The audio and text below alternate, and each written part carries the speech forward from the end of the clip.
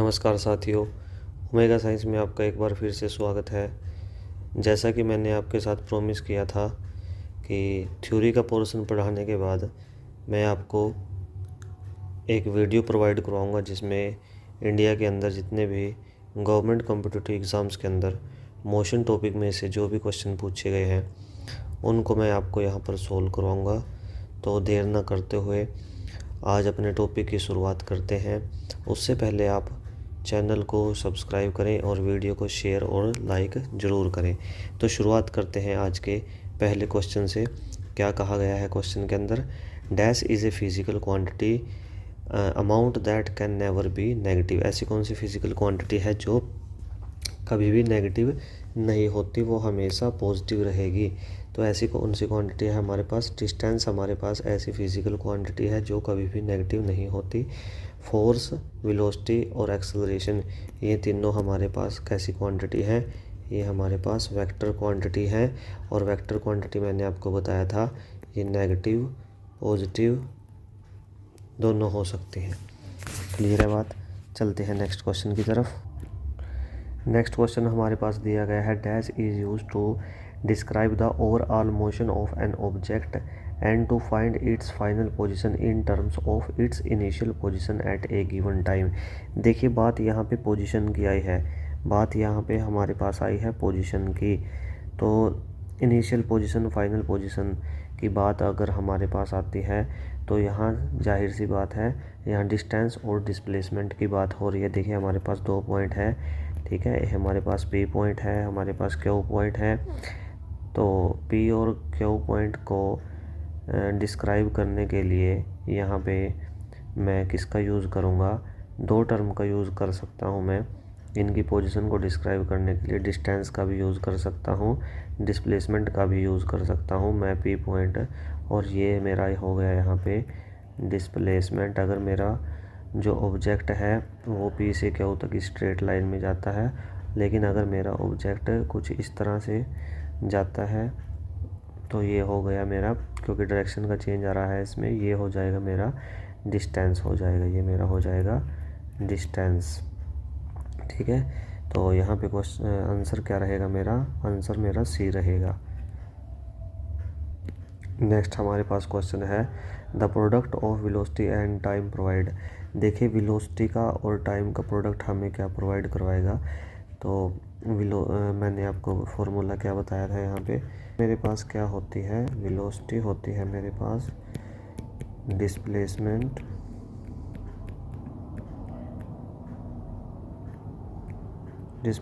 को मैं टाइम से डिवाइड कर देता हूँ। तो यहाँ पे पूछा है वेलोसिटी का और टाइम का प्रोडक्ट, यानी कि मैं वेलोसिटी को और टाइम को आपस में गुणा करता हूँ तो मेरे पास क्या आएगा?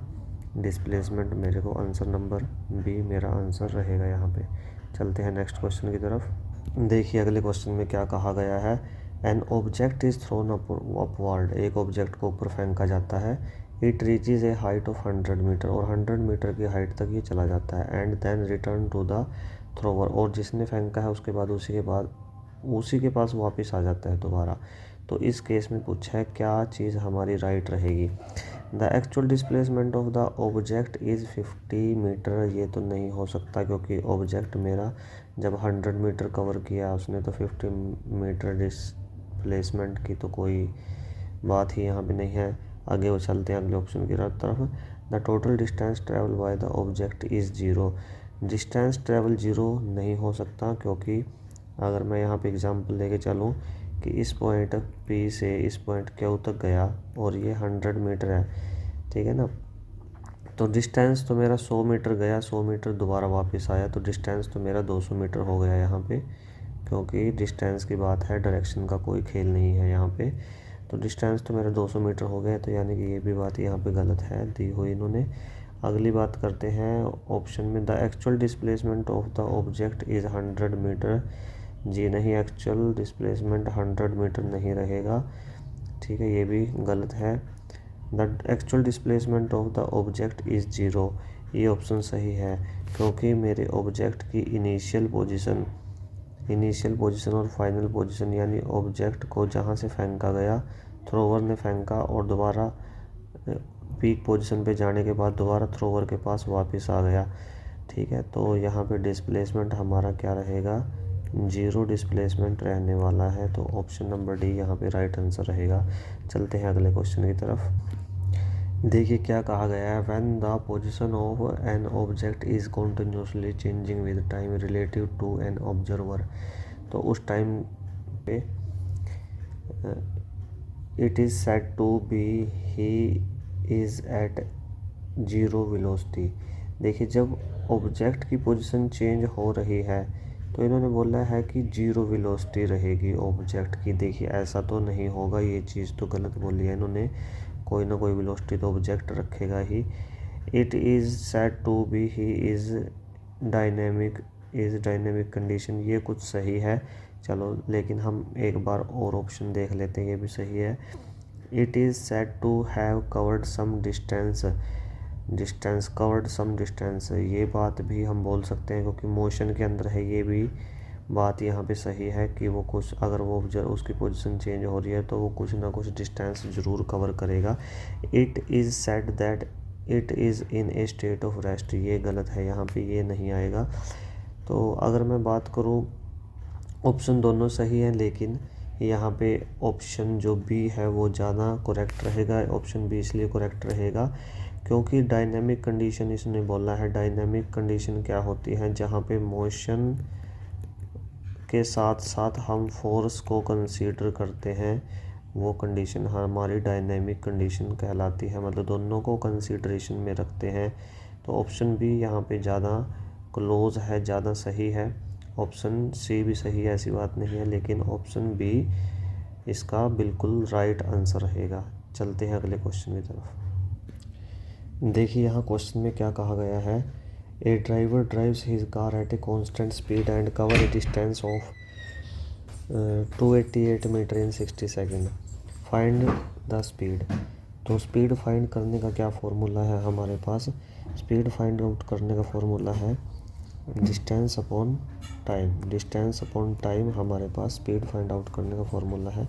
तो 288 डिवाइड में 6 इंटू 10।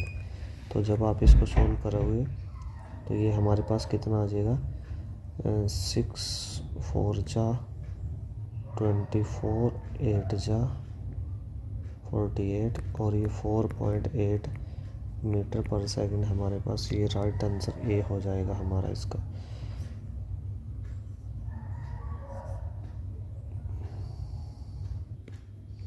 देखिए यहाँ पर ये कितना अच्छा क्वेश्चन है। Kiran swims in a 90 metre long pool. ये कोई पुल है, यहाँ पे कोई पुल है ऐसे, ठीक है। ये कितना है, 90 मीटर का है। ये पोजीशन ए है, ये पोजीशन बी है। इसमें बोलता है कि she cover 360 metre in 2 turn, यानी कि ये एक बार यहाँ गई 90, फिर दोबारा यहाँ आई 180, ठीक है। तो फिर ये दोबारा गई ऐसे और फिर दोबारा वापस ए पे आई। 2 turn by swimming from one end to the other end back along the same position. और दोबारा ए से जैसे इसने स्टार्ट किया था दोबारा ये ए पे आ जाती है, ठीक है। ऑफ स्ट्रेट पाथ, देखिए ये भी बताया इसने कि पाथ कैसा है उसका, स्ट्रेट है। Find the average velocity of the Kiran. तो एवरेज वेलोसिटी फाइंड आउट करने के लिए इसने बोला है, सबसे पहले तो यहाँ पे मैं आपको बता दूँ कि वेलोसिटी अगर पूछी गई है और स्ट्रेट है तो यहाँ पे बात किसकी है, डिस्प्लेसमेंट की। किसकी बात है, डिस्प्लेसमेंट की यहाँ पे बात है और टाइम की बात, ठीक है। लेकिन अगर मैं यहाँ डिस्प्लेसमेंट की बात करूँ, क्योंकि इसकी इनिशियल पोजीशन जो किरण की थी वही इसकी फाइनल पोजीशन है, मतलब लास्ट में ये इसी पोजीशन पे आ जाती है। तो मेरा डिस्प्लेसमेंट क्या रहेगा, डिस्प्लेसमेंट मेरा 0 रहेगा। तो जब डिस्प्लेसमेंट 0 रहेगा तो मैं किसी भी टाइम की वैल्यू से इसको डिवाइड कर दूँ, मेरी एवरेज वेलोसिटी भी क्या रहेगी, 0 ही रहेगी। आंसर ए मेरा राइट आंसर इसका रहेगा। देखिए अगले क्वेश्चन में क्या कहा गया है, the acceleration of an object is the change in its. Acceleration क्या होता है मेरे पास, एक्सेलरेशन होता है चेंज इन वेलोसिटी डिवाइड में time, change in time, velocity upon time मेरा क्या होता है, एक्सेलरेशन होता है। तो ऑप्शन ए मेरा राइट आंसर यहाँ पे हो जाता है। चलते हैं अगले क्वेश्चन की तरफ। What is the rate of change of position. देखिए यहाँ पे क्या बोल रहा है इसने, rate of change of position की बात कर दी इसने with respect to a frame of reference, किसी frame of reference which is a function of time, जो टाइम का फंक्शन हो। यानी कि इसने सिंपल सी बात की है कि टाइम के रिस्पेक्ट में अगर पोजीशन चेंज होती है, ठीक है ना, और पोजीशन चेंज होने से क्या आएगा आपके पास, पोजीशन चेंज होने से आपके पास डिस्प्लेसमेंट आएगी, और डिस्प्लेसमेंट हो रही है टाइम के रिस्पेक्ट में, तो डिस्प्लेसमेंट टाइम के रिस्पेक्ट में हो रही है, तो आपके पास आंसर क्या आएगा, वेलोसिटी यहाँ पे राइट आंसर हो जाएगा। चलते हैं अगले क्वेश्चन की तरफ।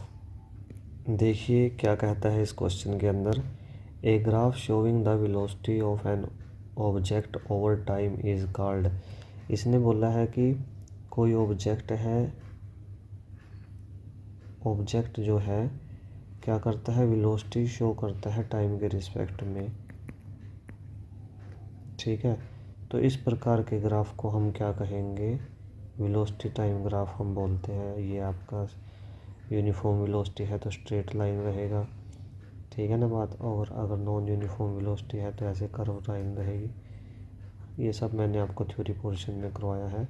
तो क्या कहेंगे, वेलोसिटी टाइम ग्राफ हम उसको कहेंगे।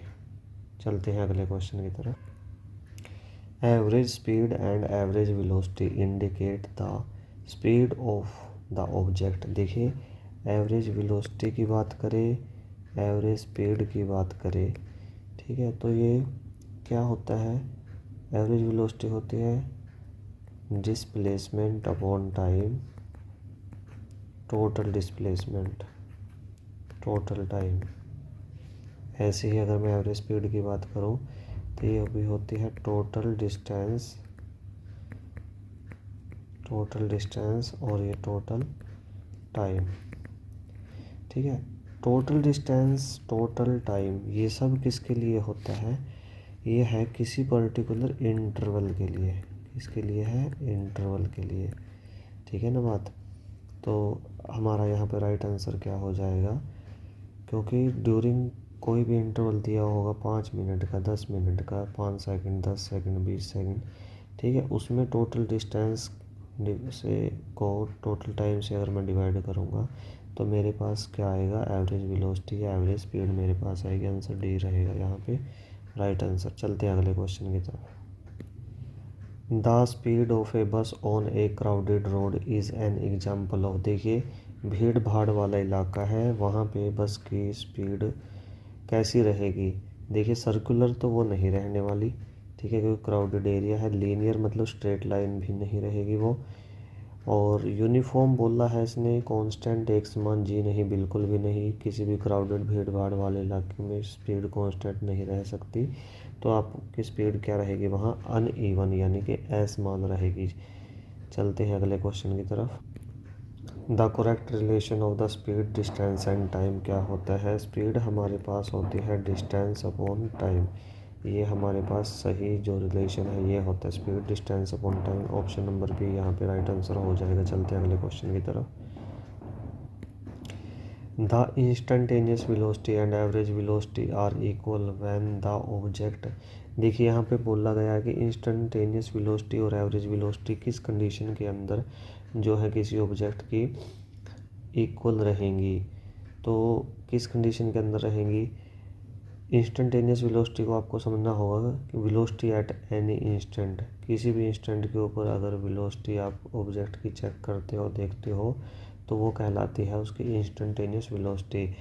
तो इंस्टेंटेनियस और एवरेज वेलोसिटी कब इक्वल होंगे, एवरेज वेलोसिटी तब इक्वल होगी इंस्टेंटेनियस वेलोसिटी के जब आपकी बॉडी के अंदर, ऑब्जेक्ट के अंदर एक्सेलरेशन आपका जीरो रहेगा। जीरो एक्सेलरेशन का क्या मतलब होता है, यानी कि ऑब्जेक्ट किस वेलोसिटी से मूव करता है, कांस्टेंट वेलोसिटी से मूव करता है। जब एक ऑब्जेक्ट कांस्टेंट वेलोसिटी से मूव करेगा तो इसका मतलब है ऑब्जेक्ट की वेलोसिटी हर एक पॉइंट के ऊपर वो ही वेलोसिटी, मान लो एक ऑब्जेक्ट 2 मीटर पर सेकंड की वेलोसिटी से मूव कर रहा है, तो इस पॉइंट ए पे, बी, सी, डी, ई, एफ, जिस मर्जी पॉइंट पे आप चेक करो, वेलोसिटी उसकी क्या रहेगी, सेम रहेगी। तो इंस्टेंटेनियस वेलोसिटी और एवरेज वेलोसिटी, वेलोसिटी का एवरेज भी वही सेम 2 मीटर पर सेकंड ही आएगा। तो वो कब से रहेगा आपका, जब आपके बॉडी के अंदर एक्सेलरेशन 0 रहेगा। ठीक है ना बात। यूनिफॉर्म एक्सेलरेशन गलत है, मूविंग इन सर्कल ये भी गलत है, हैज़ वेरिएबल एक्सेलरेशन ये भी गलत है। ऑप्शन आपका डी राइट आंसर रहेगा यहाँ। चलते हैं अगले क्वेश्चन की तरफ। The rate of change of displacement is called, rate of change of displacement यानी कि डिस्प्लेसमेंट के चेंज होने का रेट क्या कहलाता है आपके पास, वेलोसिटी। तो यहाँ पे सही आंसर आ जाएगा डी। चलते हैं अगले क्वेश्चन की तरफ। If an object cover uneven distance, देखिए क्या कहा गया है यहाँ पे, अनइवन डिस्टेंस की बात हुई है। In the same time interval, कि टाइम का इंटरवल सेम है लेकिन डिस्टेंस क्या है, अनइवन है, यानी कि असमान है। तो उसके लिए क्या कंडीशन सही रहेगी, it is called uneven speed, equal speed. देखिए इक्वल स्पीड तो नहीं रहेगी, क्योंकि अगर स्पीड इक्वल रहेगी तो वो डिस्टेंस भी इक्वल ही तय करता। रोटेशनल स्पीड नहीं होगा, ट्रांसफॉर्म्ड स्पीड नहीं होगा, ये कहेगी असमान चाल, यानी कि अनइवन स्पीड आपका राइट आंसर हो जाएगा यहाँ पे। चलते हैं अगले क्वेश्चन की तरफ। The motion of an object in a specified direction is called, यहाँ पे डायरेक्शन की बात की है कि किसी ऑब्जेक्ट का मोशन किसी पर्टिकुलर स्पेसिफाइड डायरेक्शन के अंदर क्या कहलाता है, ये इसने पूछा है। तो देखिए वेलोसिटी और स्पीड की अगर मैं बात करूं तो ये वेक्टर है और ये क्या है, स्केलर है। ठीक है। डिस्प्लेसमेंट मेरे पास ये भी वेक्टर क्वांटिटी है। तो यहाँ पे ये वेलोसिटी और डिस्प्लेसमेंट ये दोनों की दो मेरे पास वेक्टर क्वांटिटी हैं, जिनका डायरेक्शन के साथ जो है, इन दोनों क्वांटिटी के अंदर direction as well as magnitude दोनों ही होते हैं इनके अंदर। लेकिन यहाँ पे बात किसकी की गई है, यहाँ पे बात मोशन की गई है। अगर यहाँ पे पोजीशन की बात करता, अगर यहाँ पे पोजीशन की बात करता, ठीक है, तब आंसर यहाँ डिस्प्लेसमेंट आना था। लेकिन अब यहाँ पे मोशन की बात की है तो आंसर यहाँ पे वेलोसिटी रहेगा। ठीक है। Change in position in specified direction अगर आता तो आंसर हमारे पास डिस्प्लेसमेंट यहाँ पे होना था। लेकिन motion in a specified direction यहाँ पे है, तो आंसर क्या आएगा हमारे पास, वेलोसिटी। चलते हैं अगले क्वेश्चन की तरफ। Which of the following quantities specifies it's motion with direction. तो जो क्वेश्चन हमने पिछली बार किया था लास्ट टाइम, वही क्वेश्चन दोबारा रिपीट है लेकिन वर्डिंग चेंज है। तो मैंने बात यहाँ पे बताई थी आपको कि मोशन की बात है, तो यहाँ पे वेलोसिटी हमारा राइट आंसर रहने वाला है। चलते हैं अगले क्वेश्चन की तरफ। The speed of an object moving in a certain direction, देखिए यहाँ पे फिर वही बात बोल दी इसने कि किसी पर्टिकुलर डायरेक्शन में किसी ऑब्जेक्ट की speed is known as which term इन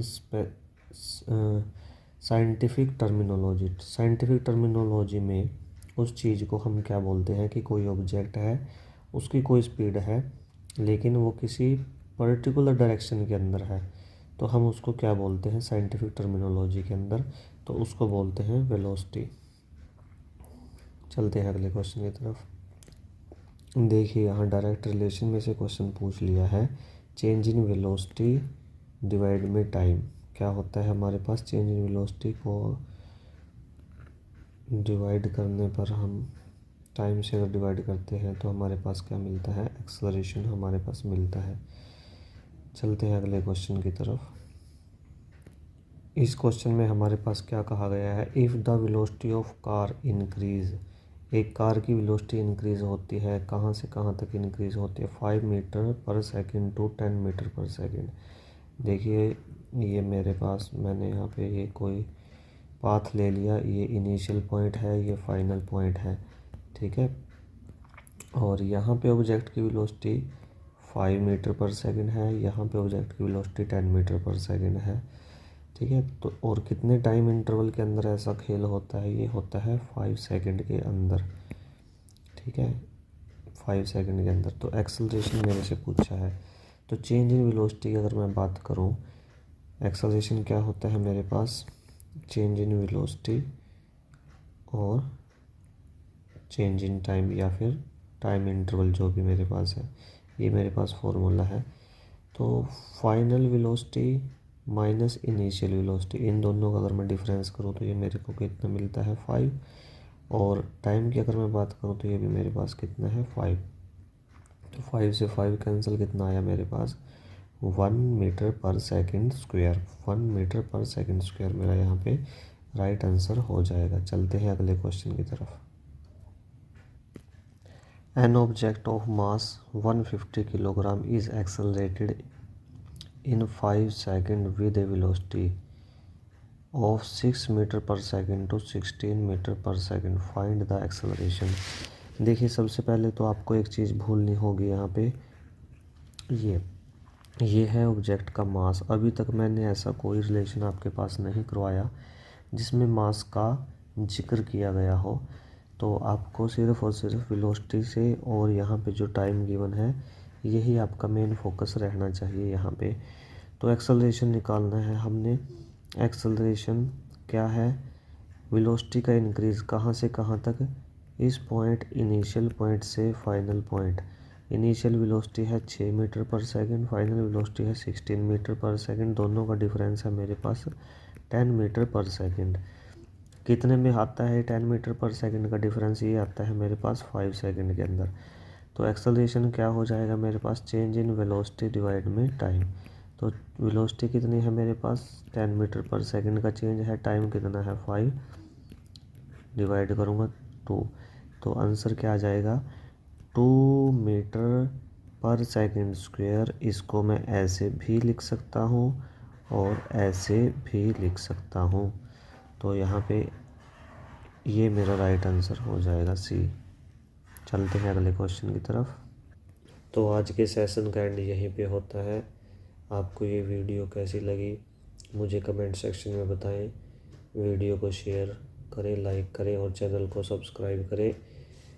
मैंने यहाँ पे सभी जितने भी इस टॉपिक में से क्वेश्चन जितने भी गवर्नमेंट कॉम्पिटिटिव एग्ज़ाम्स में पूछे गए हैं, मैंने यहाँ पे आपको सब के सब सोल्व करके बताए हैं। हर एक टाइप का क्वेश्चन मैंने यहाँ पे डिस्कस किया है। जिस टाइप का जो भी क्वेश्चन पिछले जो है एग्ज़ाम्स के अंदर पूछे गए हैं, वो यहाँ पे बताया। इनसे बाहर आपके पास कुछ भी नहीं आएगा। कोई इनसे बाहर क्वेश्चन आपके पास बन ही नहीं सकता। एग्ज़ामिनर इससे बाहर क्वेश्चन बना ही नहीं सकता। तो आशा करता हूँ आपको मेरे द्वारा किया गया ये कार्य पसंद आया होगा। धन्यवाद।